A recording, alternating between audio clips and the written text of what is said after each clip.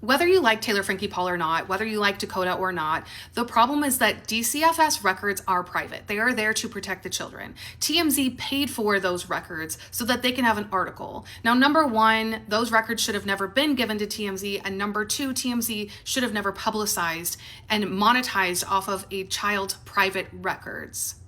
Now, I have a hard time believing that this person is a protective parent, not only of their own child, but other children, because you don't care how they got the records. You care more about what's in them. You were not privy to that information. This was a child's private records. You think that it would be okay if I somehow got your child's medical records and was paid to publicize them online? Because by your logic, who cares how I got them? We're all just going to look at what's in them. Now, the problem with people like this is not only do you not actually care about protecting children and you don't understand that somebody is selling the information, you are trying to have multiple conversations at once. You can have a separate conversation about who is the more stable parent or what treatment they've done, or maybe the child shouldn't be with either one of them.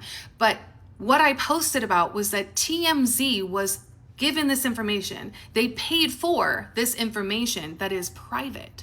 So if this was a DCFS employee, they should know, and that employee should not be employed by DCFS because they're going to put other children at risk because that person prioritizes money over child safety. So again, you can't be in my comment section saying, I care about child safety if you don't care about that. Now, like the commissioner said on July 8th, the public is going to find out information by watching the hearing. We didn't find out this information by watching a hearing. This article and report was sold to TMZ. Again, you are trying to completely ignore the fact that TMZ paid for this and someone was happy to give this report about minor children to TMZ to publicize. If it was information that we obtained in a hearing that we all watched at the same time, and the guardian ad litem and the custody evaluators and whoever else is working on the case said, Taylor or Dakota is doing X, Y, and Z, and we all thought, oh my God, this person should not be around the kids, or the child or children should be removed from both parents.